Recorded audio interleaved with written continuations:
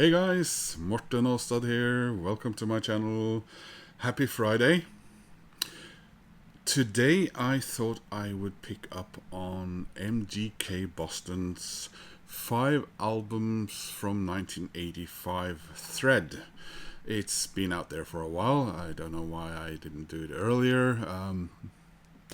But several of you guys out there in the vinyl community have also done this, and that sort of prompted me or reminded me, yes, I should do that as well.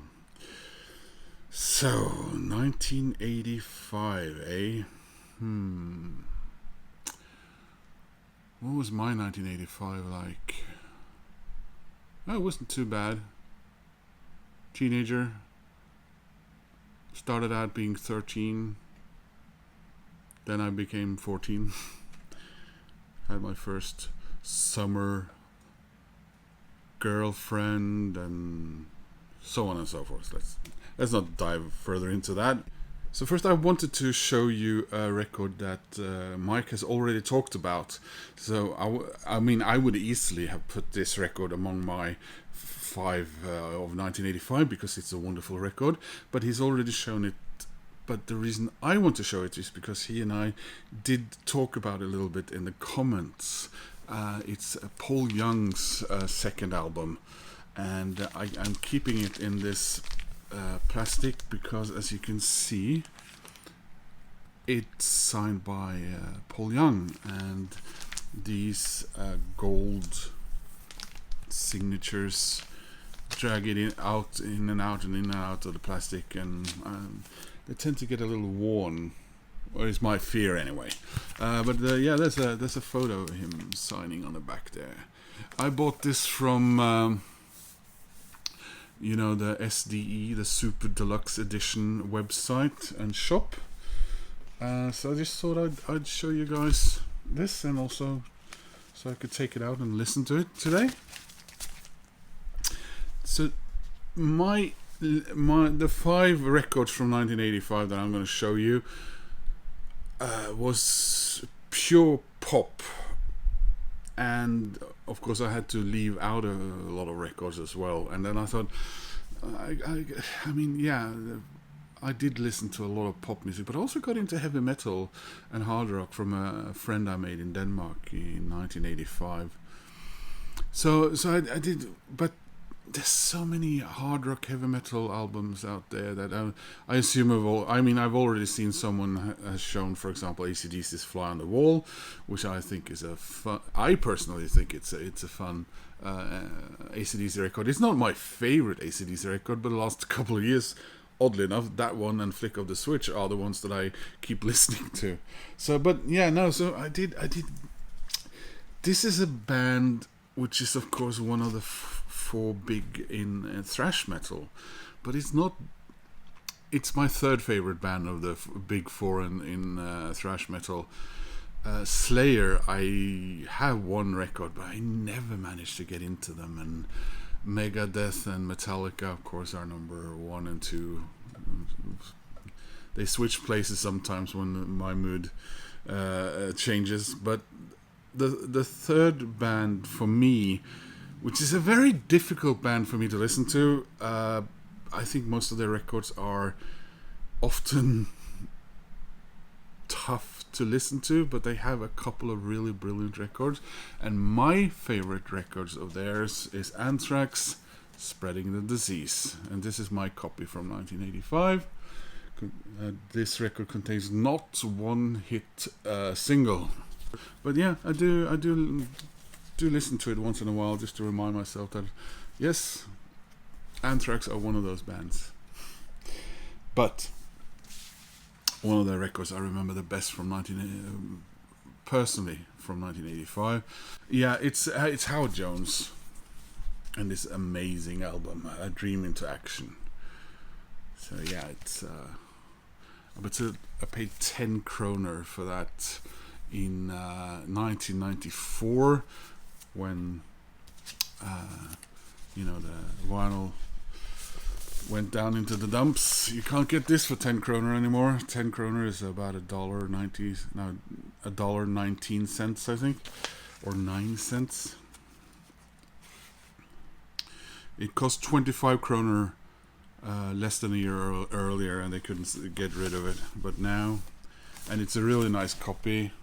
It's got some amazing 80s, and then the whole mood and the whole soundscape that Howard Jones made on this record. Things can only get better, of course. Life in One Day and Dream into Action. No One Is to Blame. Look Mama. Great album. And his previous album, the one before this, was also great. And I suppose the record after this one was a bit of a flop, and his career started declining. Like, for example, Nick Kershaw was a contemporary who went through much of the same. Paul Young, not necessarily in the same genre, but same country, same period of success and period of decline. So yeah, great album. I was very much aware of them, but I'm not sure I owned any records by them yet at this time. And this band is, of course, the lead man's second group, and I was never aware of the first group until after I became a fan of Style Council. So this is their record, Our Favorite Shop, which I think for those 2 or 3 people in the US who bought this, you might remember as Internationalists, I think. Slightly more expensive. Price tag is the same from the same as the Howard Jones, same place. October '94, 30 kroner. I think I saw a copy of this in it's the rock and roll sort of secondhand record store. They still exist at a different place in Oslo. I think I saw this record for 200 kroner now, and it's a great album. So yeah, Paul Weller and Mick Talbot, of course.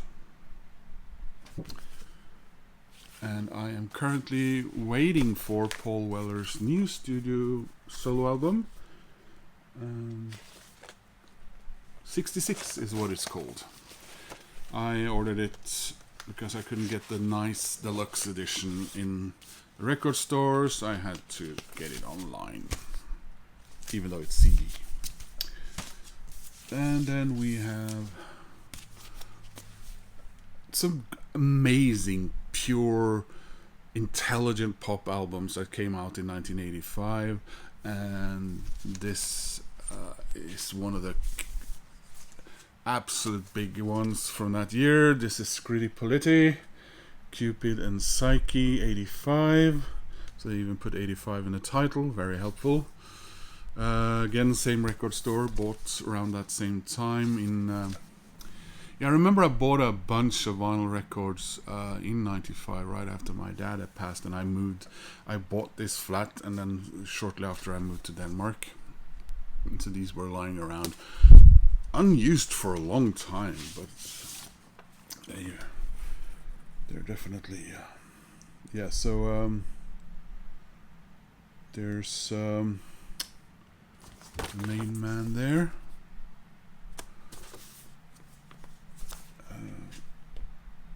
Very well known for his what do you call it? Would you call it falsetto voice? This band moved very quickly from how they sounded on their debut to this sound, which sort of became their bread and butter. So definitely, if you don't have this record in your collection, then you should. This is great, absolutely fantastic. And finally, I did not know. I bought this record in 1985, and did not know much. I think this is one of the examples where Morten went out and saw an album cover and went, "I need this," and didn't necessarily know what the band was, and I've loved them ever since. And that is, of course, Level 42, World Machine. this is yeah, this is a great record. Unfortunately, it's got some stains on it from a person in my family who put coffee cup on top of all my records, who were standing along a wall in my sort of my basement room when I was a kid, and then knocked it over. And yeah, and I didn't have plastic covers back then.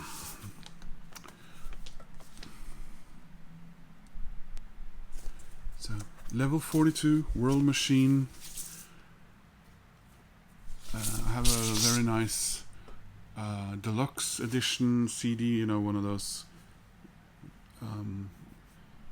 thick digipacks with the plastic sleeve around them. That's an amazing one. Yeah. So that was 5 records from 1985 and a little bonus there to show Mike. Hope you enjoyed this thread. Check out Mike's original and some of the other guys out there who's done those, and maybe make one yourself. Thanks for watching. If you haven't already, please click like and subscribe, and I hope to see you soon in another video.